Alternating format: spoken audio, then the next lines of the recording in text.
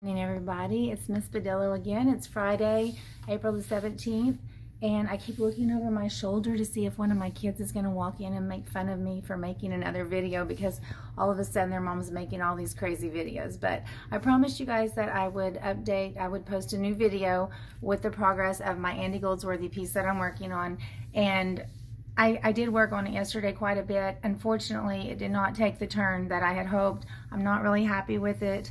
But I'm learning a lot, and I'm going to let you see my mistakes. And that's one of the things, you know, all this video on camera for the whole world to see your mistakes. It's, you know, it's kind of, I don't know, it's hard. It's not easy to, you know, a lot of artists, you see their finished pieces and they're beautiful and you're like, wow, but you didn't see all of the mistakes they made and all the ugly tears and ugly crying and everything they did wrong. You just see the beautiful end result. So I am hoping that my piece is going to end up nice and we'll be happy with it and we'll be proud of it. But yeah, I made a lot of mistakes and there were some bumps in the road, and I did some things last night I'm not real proud of, and so I'm going to share the video with you. I will let you learn from my mistakes. And all right, so I found me a larger workspace and I brought my branches up here, and I have decided that I'm going to attach this to a pallet because I want it to be able to stand up and I want to be able to move it.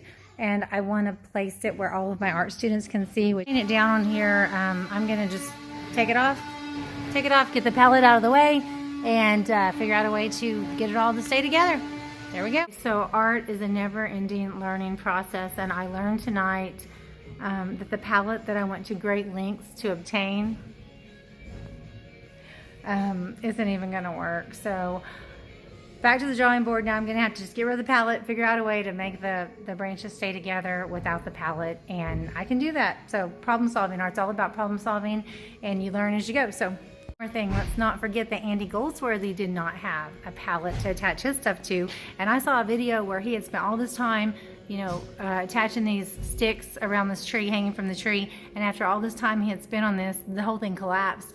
But did he quit? No, because we don't quit. We figure out what we did wrong, figure out what works, what doesn't work, learn, go from there. So wish me luck. As I have rearranged this, I thought to myself, maybe I should take out one of the branches. But I want to point out that there are 1, 2, 3, 4, 5, 6, 7 groups of green. And so those kind of, they're like their own element. They're like their own shape. And so in art, we always say you want to work with odd numbers, and some people may not understand the reasoning for that. So basically what I was told was that, you know, most things are done in couples. They're done in pairs. It's orderly. It makes us comfortable.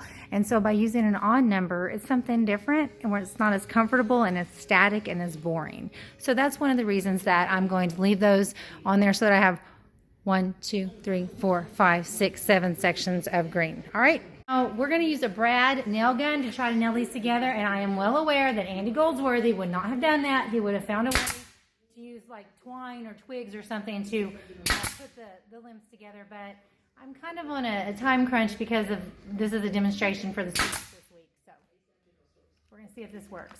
And notice this is not my hand that you see.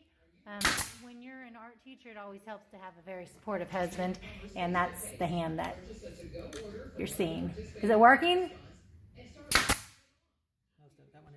All right, got it. All right, thanks.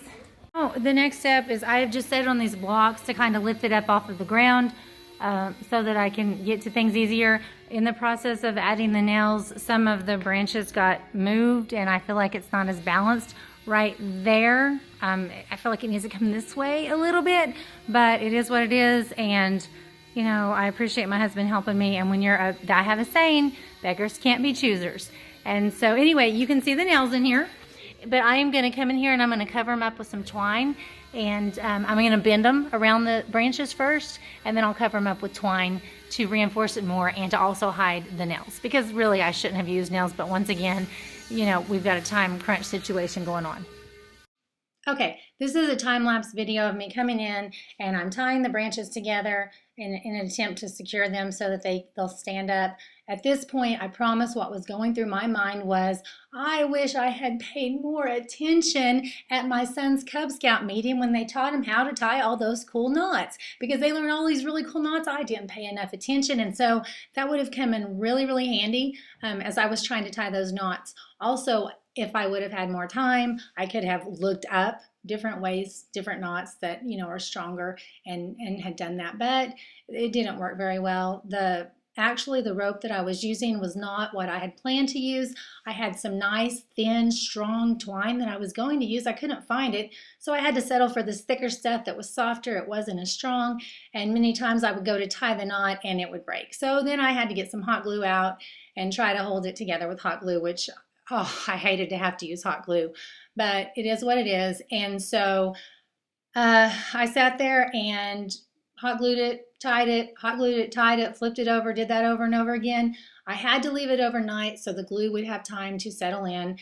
In the end, there was a great big round ball of this brown rope stuff with the hot glue inside of it. I don't like the big round ball in the middle. I loved when it showed the overlapping of the branches, the simplicity and the cleanness, but when you have to deal with structural issues, I just didn't handle it the best way. There are other things I could have done. So lesson learned, in the future, I will do a better job. That was the last step I got to do last night, and then I'm going to have to go back today and work on it some more. My students have been turning in projects all week long. They've been doing an amazing job. I'm so super proud of them, and I'll share some of their work when this is all done. So thank you guys for taking the time to listen, and I'll show you the rest when it's finished.